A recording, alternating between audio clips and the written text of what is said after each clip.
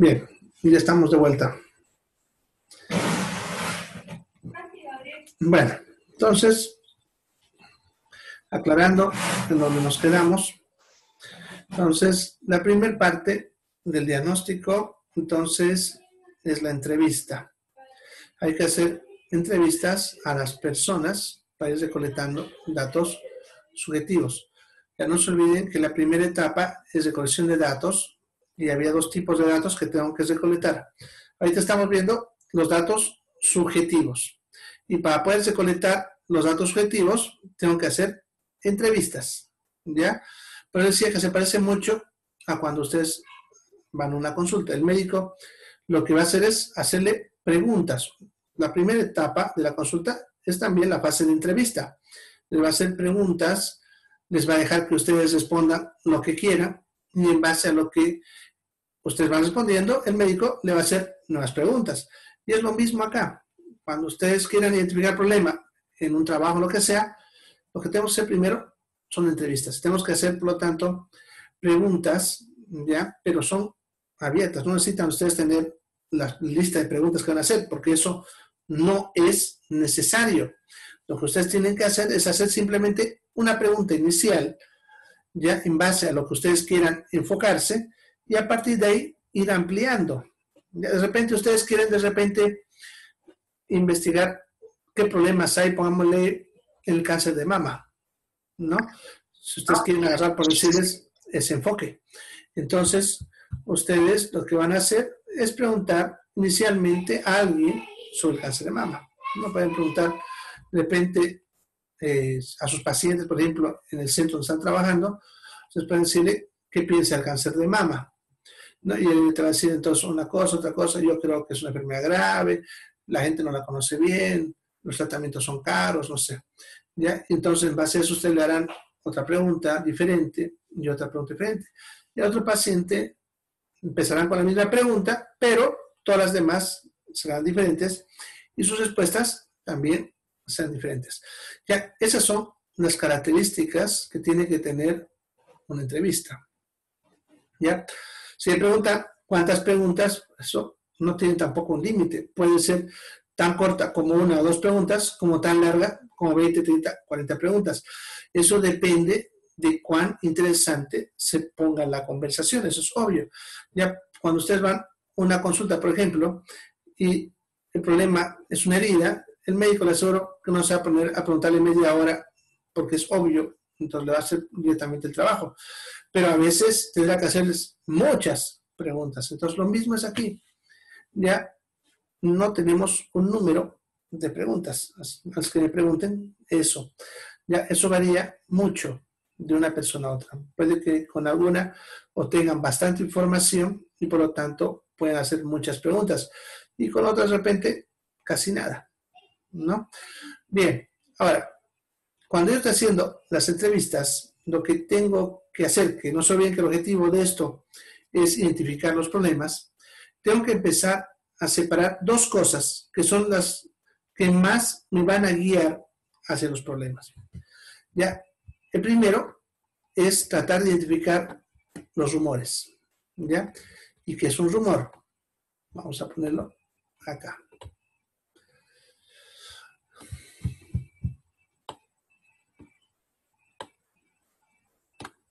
Ya, entra todito. Entonces, como definición de un rumor, vamos a decir que es un mecanismo de defensa social, ¿ya? Y es importante que tengan el concepto en su mente, porque el rumor no es lo mismo que chisme, ¿ya? Si usted le pregunta en la calle a alguien, ¿rumor y chisme es lo mismo? Te van a decir, sí, es lo mismo. No, no es lo mismo. Un rumor y un chisme son cosas diferentes. Un chisme, ustedes saben muy bien que es una información falsa que tiene como objetivo dañar o lastimar a alguien. Un rumor no tiene objetivo de maldad, ni de dañar a nadie. Es un mecanismo de defensa social. Sucede que cuando las personas nos vemos amenazadas por algo y no tenemos fuerza para poder defendernos de ese algo, vamos a generar rumores, ¿ya? Por ejemplo, en una empresa, ponle, ahorita en esta época menos con lo del COVID y todo, si ven que el jefe está cabizbajo, aburrido, triste, ya entre todos van a empezar a decir, seguro no hay plata, nos van a despedir. ¿Ven? Eso es un rumor. Entre ellos van a empezar a hablar, van a decir eso, y eso se va a ir moviendo de persona a persona. Y todo el mundo entonces va a empezar a hablar de ese rumor, que nos van a despedir, que no hay plata que está entrando, etc. ¿Ya? Ahora, una de las características de un rumor es que no hay un autor. Ya es muy difícil saber dónde empieza el rumor. Generalmente empieza en conversaciones entre los individuos y eso va pasando y por lo tanto va creciendo, pero no tenemos un autor específico. De tal manera que si yo le pregunto a alguien y le digo, ¿de dónde sacas esa información? Él te va a decir, lo he escuchado por ahí, lo dicen, lo están comentando, me lo han contado, ¿ya? Pero no te dice esta persona lo dijo o esta otra, ¿ya? No hay un autor identificado. Pueden haber varias versiones de del mismo rumor, ¿ya? Unos hablarán diciendo que te van a despedir porque no hay dinero. El otro te va a decir, no van a despedir porque no está habiendo ventas. ¿Se dan cuenta? Es lo mismo, pero en diferentes versiones, ¿ya? Te van a dar diferentes versiones del mismo rumor, ¿ya? Ahora, ¿por qué son tan importantes los rumores? Porque justamente los rumores te guían al problema, porque como es un mecanismo de defensa social, es porque nos estamos sintiendo amenazados de algo que está pasando. En otras palabras, un problema. Por lo tanto, todos los rumores nos van a llevar a un problema, ¿ya?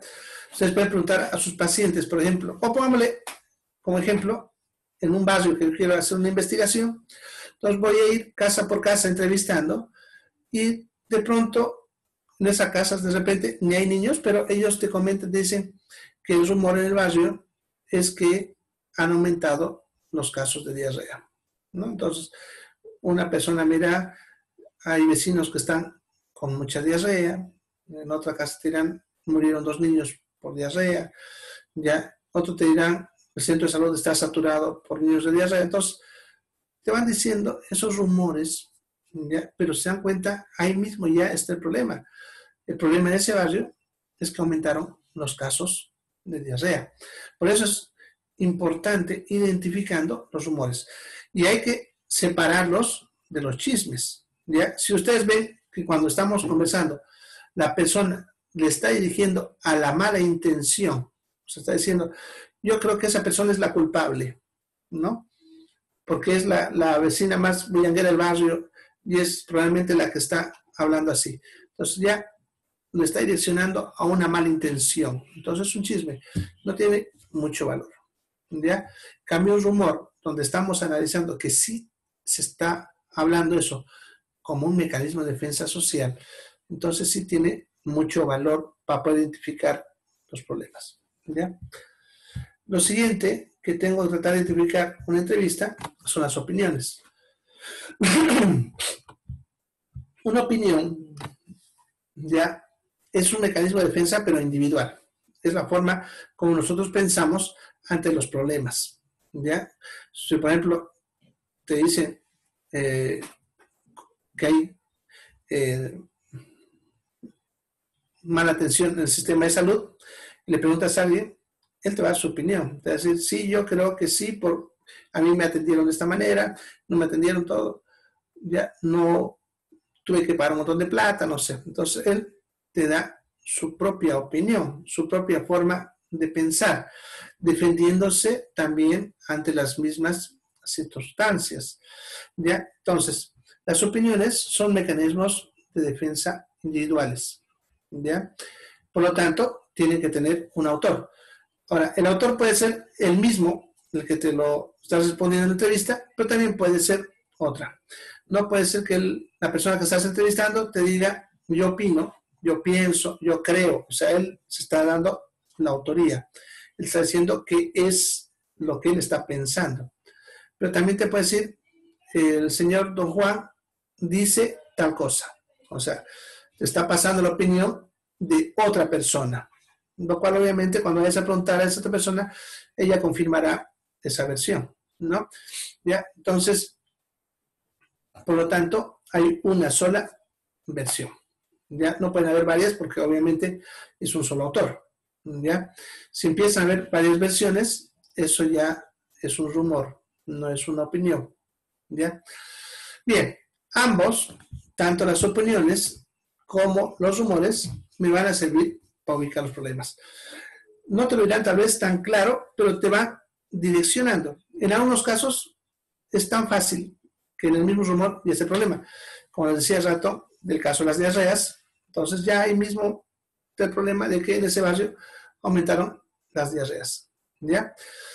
Bien. Entonces la primera parte que se había llamado de colección de datos. Hay dos tipos de datos, subjetivos y objetivos. Para recolectar los datos subjetivos, tengo que hacer entonces, ¿qué cosa? Entrevistas. ¿Ya? Pueden ser varias, no tiene número tampoco, eso depende de lo que yo voy investigando. ¿Ya?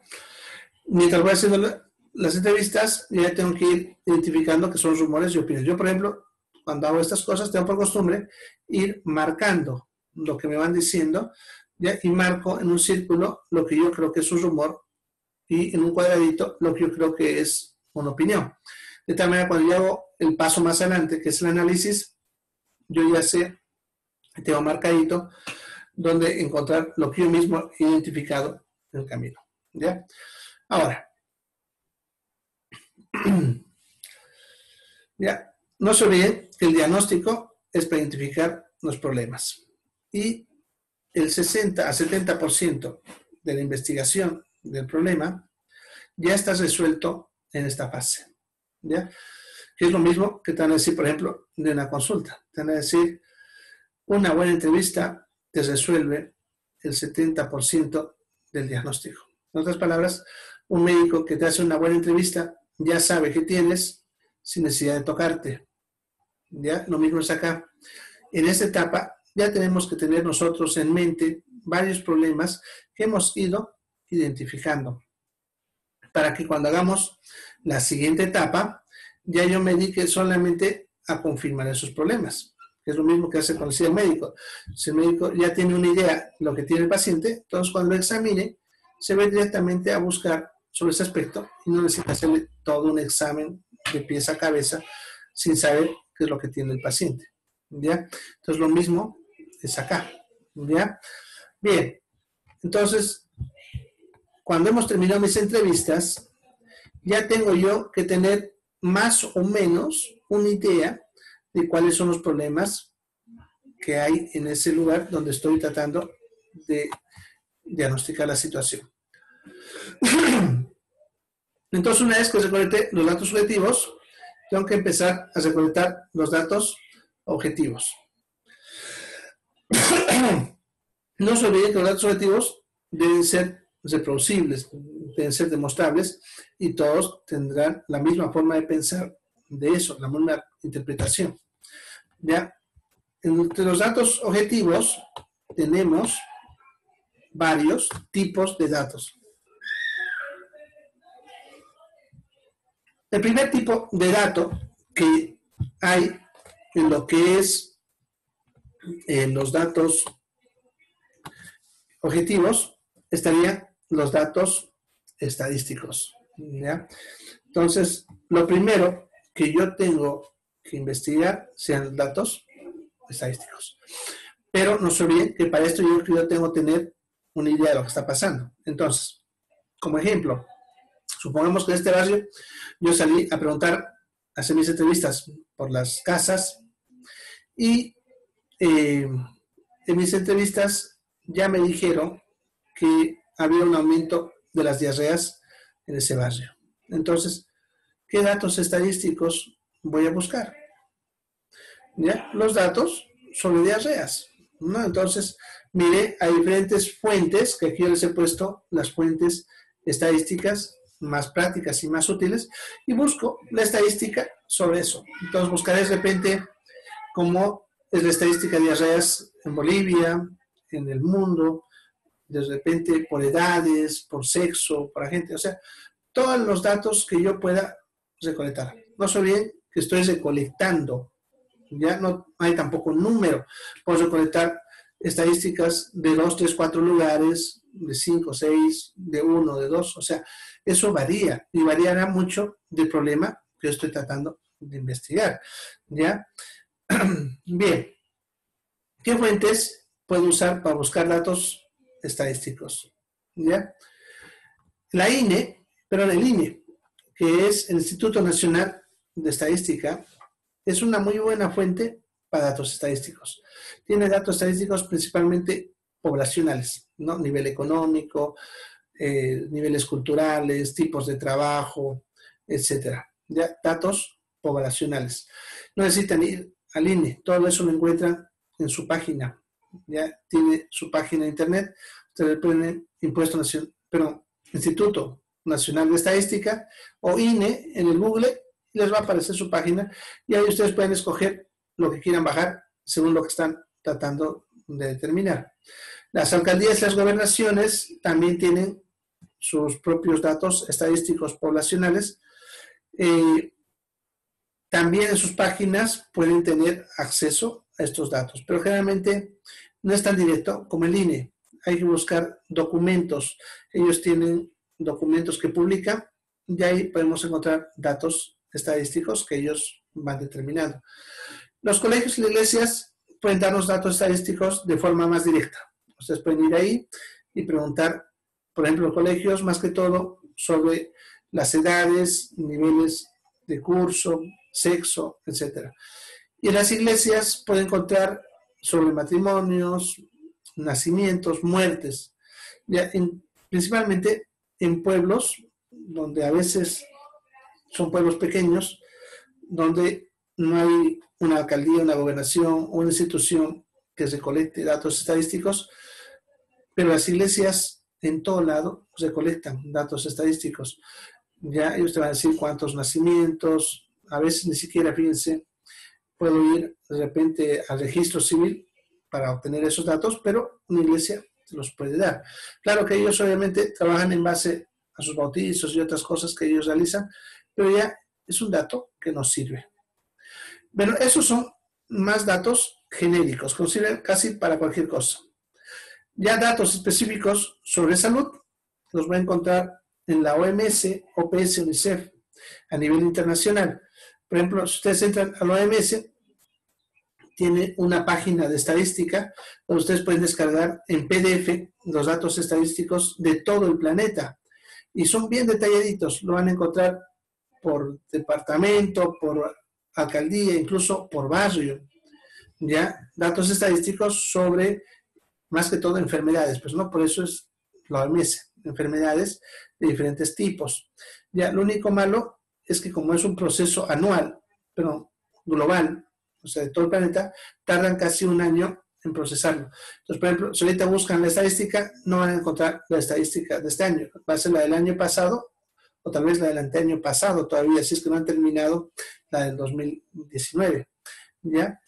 Bien, el SNIS es el Sistema Nacional Integrado de Estadística en Salud, que funciona ya en el Ministerio de Salud. Ya también pueden obtenerlo de su página, en la página del Ministerio de Salud, pueden entrar y pueden obtener datos. La ventaja del SNIS es que son datos muy actuales, ya que ellos recolectan información semanalmente y mensualmente. Por lo tanto, tengo los datos ya bien actualizados. ¿Ya?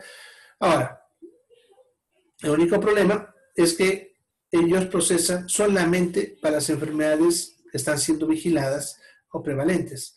¿Ya? Entonces no va a haber para todos, solamente para lo que se está vigilando. Diarreas, neumonías, resfriados, el COVID, ¿no? Entonces, solamente ese tipo de enfermedades. Pero la ventaja es que son bien actualizados. Los centros de salud también son muy buena fuente para obtener datos estadísticos de salud. La única desventaja de ahí es que depende del humor de su director, ¿no? Ustedes saben muy bien. Entonces uno puede ir y si está de buen humor, te dan toda la información que uno quiera, pero a veces no te la quieren dar, te la vuelven. Eso es característico de nuestras instituciones. Bien, ahora, si quiero de repente un dato más específico, ahí es la ventaja de las ONGs. Las ONGs trabajan de forma bien específica. Por ejemplo, si quiero saber sobre enfermedades de transmisión sexual, me voy a ir a Sexsalud, que ellos trabajan con eso. Entonces, ellos recolectan información estadística sobre solamente ese punto. Entonces, ahí puedo obtener sobre eso. Si yo quiero saber sobre embarazos, abortos y métodos anticonceptivos en adolescentes, me voy a Maristops, que es su principal área de cobertura. Si quiero saber sobre tuberculosis, me voy a la Cruz Roja, que por si acaso la Cruz Roja es la entidad que trabaja con la tuberculosis, ¿ya? Y tiene datos estadísticos sobre esto. Entonces, bien específicos sobre el área, ¿ya? Bueno, esos son las principales fuentes, pero ustedes pueden encontrar muchas más de repente en Internet. Ahora también yo puedo hacer mis propios datos estadísticos. Ya de repente no encontré mucha información, yo necesito levantar mi propia estadística. ¿Ya? Para eso hago las encuestas. Fíjense, aquí, en este punto, son las encuestas, no al principio, por eso les decía, importante diferenciar la encuesta de la entrevista. Entonces, si yo quiero, por ejemplo, hacer una estadística de la diarrea en el barrio, lo que voy a hacer es una encuesta en la cual voy a poner preguntas como, por ejemplo, ¿en su casa hay algún niño con diarrea? Sí, no, ¿no? Por hacer otra pregunta, ya, ¿de qué edades son los niños que están con diarrea? Y ahí puedo poner respuestas como menor de 1 año, de 1 a 4 años, de 4 a 6 años, así, ¿no? Entonces ellos responderán de cuáles edades, ¿ya? Pues una pregunta, ¿en el último año hubo algún niño con diarrea en su casa? ¿No? ¿Ya? Y así. Entonces yo puedo hacer esa encuesta en varias casas y luego centralizo esa información y para cada pregunta yo saco eso. Yo puedo poner, por ejemplo, para la primera pregunta, en su caso un niño con diarrea, ¿no ve? Si no, yo puedo poner el 90% de las personas respondieron que sí, el 80% que no. Entonces, ahí yo con esa encuesta ya estoy demostrando objetivamente que aumentaron las diarreas, porque en el anterior solamente era cuando decía un rumor. En cambio aquí, al haberlo hecho en una encuesta, ya lo vuelvo objetivo. Ya por eso les importaba, les traté de hacer notar bastante la diferencia en que una entrevista es subjetivo y una encuesta, están viendo, es objetivo, ¿ya? No es necesario, por si acaso, que ustedes hagan sus encuestas, ¿ya? Eso depende de la necesidad. Si yo tengo, por ejemplo, información en Internet, no tengo por qué hacer las encuestas. Las hago cuando no encuentro información y yo necesito buscar mis propios datos objetivos, ¿ya? Entonces, eso serían los datos estadísticos. Luego, debo buscar datos científicos. En la parte de los datos científicos, voy a tratar de determinar todo lo que tenga que ver con estudios científicos en base a lo que yo ya estoy viendo que puede ser problema, ¿ya? Si en las entrevistas yo determiné que aumentaron las diarreas y ya busqué datos estadísticos sobre diarreas, ¿qué tengo que buscar en los datos científicos? Todo lo que pueda conseguir científicamente sobre las diarreas, ¿no? Y eso, ¿dónde lo voy a encontrar? En libros científicos, los libros académicos que se llama, en revistas científicas, que son un poquito más difíciles de conseguir, porque generalmente son revistas para un público específico, significa que no están para comprar en cualquier lado. Tengo que ir a las personas que trabajan eso. ¿No? Por ejemplo, si yo quiero ver revistas que hablen sobre diabetes, solamente lo encontraré en los consultorios de los endocrinólogos, que ahí les hacen llegar ese tipo de artículos. ¿Ya? Las tesis. ¿Ya? Las tesis son documentos que han seguido el método científico para tratar de demostrar una hipótesis. Eso se lo suele encontrar en las universidades. Todas las universidades guardan sus tesis, porque las tesis es un documento público, ¿ya? Entonces ustedes van a ver, por ejemplo, dependiendo de lo que buscan, tienen que ir a la facultad correspondiente. Ya, si quieren buscar sobre enfermedades, irán a la Facultad de Ciencias de la Salud Humana, ya donde ya medicina, enfermería. Si ustedes quieren saber sobre medicamentos, irán a la Facultad de Bioquímica y Farmacia, ¿no? Entonces, en sus bibliotecas hay. Lo único que uno tiene que hacer es preguntar qué tesis están relacionadas con tal tema. También las privadas también suelen tener. Algunas instituciones suben también las tesis a internet. Más difícil de encontrar, pero suele haber. Bien, de todas maneras, no necesariamente tienen que buscar eso. Con que yo busque una buena información científica, de repente en algún libro, en algún artículo, es suficiente. En cuanto al internet, muy buena fuente para buscar datos científicos, pero hay que saber manejar información de internet. Ustedes muy bien deben saber que internet se publica cualquier cosa, ¿no? Y la gente se lo cree. Entonces, cualquier persona que ni estudió nada sube un artículo y ya lo hace viral y de pronto en Google aparece al principio, ¿no? Entonces, ¿qué tienen que ustedes hacer para encontrar buena información en internet? En primer lugar, irnos a páginas de confianza, o sea, páginas que ya se conocen porque manejan artículos creíbles. Por ejemplo, en el mismo Google, si ustedes entran al Google y le ponen Google académico, les va a abrir otro buscador de Google en el cual ustedes van a encontrar puro artículos científicos, ¿ya? Son lugares donde no cualquiera puede publicar un artículo, ¿ya? Para poder publicar en Google académico tiene que seguir ciertos pasos y demostrar que eso siguió el método científico, ¿ya? Entonces, ahí ustedes pueden encontrar muy buena información, ¿ya? Sobre lo que estamos buscando. Ya hay otras, ¿no? Como Ciencia Médica, por ejemplo, una página. La Wikipedia, podemos decir que es medianamente creíble, porque en la Wikipedia no necesita ser científico, sino cualquier persona puede publicar también algo.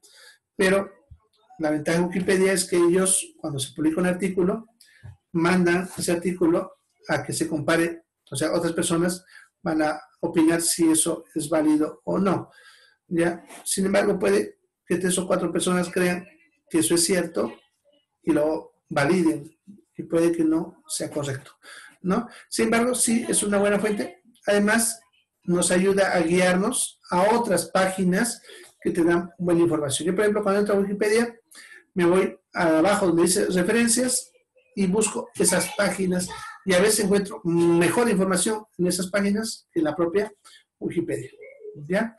Bien, entonces, esos serían los datos científicos y los lugares donde pueden obtener. Algo que me olvidaba en cuanto a Internet. Si ustedes quieren validar un artículo, ya, verifiquen 2 cosas. Uno, que ese artículo tenga autor. Porque si no tiene autor, puede ser cualquier mentira. Ahora, cuando vean el autor, verifiquen que ese autor sea el autor del artículo, no el autor de la página.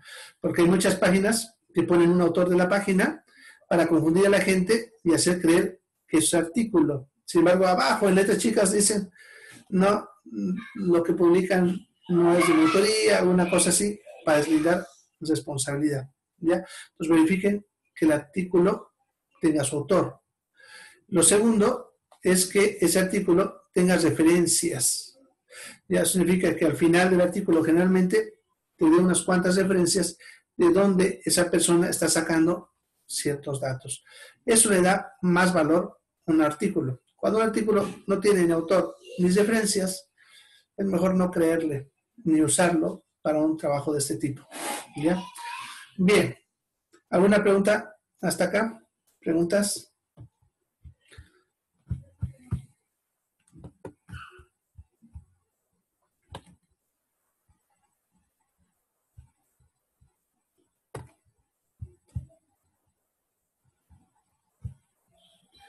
Bien, luego debo buscar datos históricos.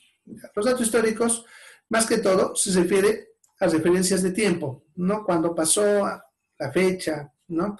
A eso. Ya, por ejemplo, en ese barrio, por ejemplo, decía, me hablaron de repente que aumentaron las diarreas, pero entre los rumores de repente alguien me dijo que el pozo donde sacan agua para el barrio, al lado pusieron un basural, ¿ya?